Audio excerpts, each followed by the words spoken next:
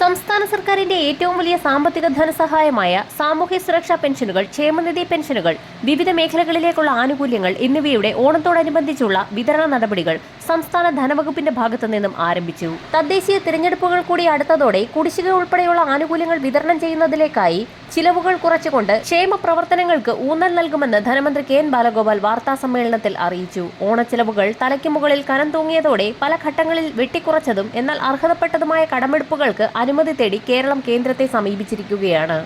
ഈ മാസം 18 ഓണത്തോടനുബന്ധിച്ചുള്ള വിവിധ ആനുകൂല്യങ്ങളുടെ വിതരണം ആരംഭിക്കുന്നത്. ഓണത്തോടനുബന്ധിച്ച് ഓണക്കിറ്റ് വിതരണം ഉൾപ്പെടെയുള്ളവ പ്രഖ്യാപിച്ചതിന് പിന്നാലെയാണ് സാമൂഹ്യ സുരക്ഷാ പെൻഷൻ ഗുണഭോക്താക്കൾക്ക് വീണ്ടും സന്തോഷവാർത്ത എത്തിയിരിക്കുന്നത്. ഓണച്ചിലവുകൾക്കായി സംസ്ഥാന സർക്കാരിന്റെ ഭാഗത്തു നിന്നും ഇത്തവണ ഗുണഭോക്താക്കൾക്ക് ഓഗസ്റ്റ്, സെപ്റ്റംബർ മാസങ്ങളിൽ കൂടുതൽ തുക അനുവദിക്കും. കേന്ദ്രത്തിന്റെ ഭാഗത്തു നിന്നും കൂടുതൽ തുക അനുവദിക്കുന്ന സാഹചര്യത്തിലാണ് വമ്പൻ സന്തോഷവാർത്ത എത്തിയിരിക്കുന്നത്. ഗുണഭോക്താക്കൾക്ക് കുടിശ്ശിക തുക ഉൾപ്പെടെയുള്ള ആനുകൂല്യങ്ങൾ വിതരണം ചെയ്യുന്നതിലേക്കായി സംസ്ഥാന സർക്കാർ തിരക്കിട്ട നീക്കം ആരംഭിച്ചു. കേന്ദ്രത്തിന്റെ ഭാഗത്തു നിന്നും ഗ്യാരണ്ടി റിഡപ്ഷൻ ഫണ്ട് ഇനത്തിലെ 3323 കോടിയും ദേശീയപാത വികസനത്തിനായി ചെലവഴിച്ച 6000 കോടിയും GSDP ക്രമീകരിച്ചതിൽ കുറവ് വന്ന 1877 കോടിയുമടക്കം 11,180 കോടി രൂപ വായ്പ എടുക്കാനുള്ള സാഹചര്യമാണ് ഒരുങ്ങിയിരിക്കുന്നത്. ഇതിനു പുറമെ IGST ഇനത്തിൽ വെട്ടിക്കുറച്ച 965.16 കോടിയും കേരളം ആവശ്യപ്പെട്ടു കഴിഞ്ഞു. ഓണച്ചിലവുകൾ മറികടക്കുന്നതിന് പിന്നാലെ ബോണസ് ഉൾപ്പെടെയുള്ള ആനുകൂല്യങ്ങൾ, ഉത്സവകാല ബത്ത, മുടങ്ങിക്കിടക്കുന്ന കുടിശ്ശിക ആനുകൂല്യങ്ങൾ എന്നിവ ഉൾപ്പെടെയുള്ളവ വിതരണം ചെയ്യുന്നതിലേക്കായി തുക വിനിയോഗിക്കും.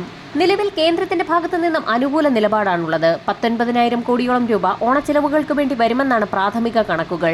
സാമൂഹ്യ സുരക്ഷാ പെൻഷനുകൾ മാത്രം വിതരണം ചെയ്യുന്നതിലേക്കായി 1,700 കോടിയോളം രൂപയാണ് വേണ്ടിവരിക. 3,200 രൂപ വീതം ഗുണഭോക്താക്കൾക്ക് ഓണത്തോടനുബന്ധിച്ച് 2 ഘട്ടങ്ങളിലായി അക്കൗണ്ടുകളിലേക്ക് എത്തിച്ചേരും. ഇതോടൊപ്പം തന്നെ സെപ്റ്റംബർ മാസത്തിലും ഗുണഭോക്താക്കൾക്ക് 1,600 രൂപ വീതം എത്തിച്ചേരും. 4,800 രൂപയോളമാണ് ഓണക്കാലത്തോടനുബന്ധിച്ച് ക്ഷേമ പെൻഷൻ ഇനത്തിൽ ഗുണഭോക്താക്കൾക്ക് എത്തിച്ചേരുക. ക്ഷേമ പെൻഷൻ ഗുണഭോക്താക്കൾക്ക് പുറമെ ക്ഷേമനിധി ബോർഡുകൾ വഴി പെൻഷൻ തുക സ്വീകരിക്കുന്ന 8 ലക്ഷത്തോളം വരുന്ന ഗുണഭോക്താക്കൾക്കും ആനുകൂല്യം എത്തിച്ചേരും. NSAP പെൻഷൻ ഗുണഭോക്താക്കൾക്ക് 200 മുതൽ 500 രൂപ വരെയുള്ള കേന്ദ്രവിഹിതം കേന്ദ്രം നേരിട്ട് അക്കൗണ്ടുകളിലേക്ക് വിതരണം ആരംഭിക്കും.